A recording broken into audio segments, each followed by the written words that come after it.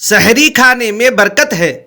मुस्नद इमाम अहमद में हदीस पाक है, हज़रत सैयदुना अबू सईद खुदरी रज़ियल्लाहु अन्हु रावी हैं कि रसूलुल्लाह सल्लल्लाहु अलैहि वसल्लम ने इरशाद फरमाया, सहरी कुल की कुल बरकत है, उसे ना छोड़ना, अगरचे एक घूंट पानी ही पी ले, क्योंकि सहरी खाने वालों पर अल्लाह ताला और उसके फरिश्ते दुरूद भेजते हैं।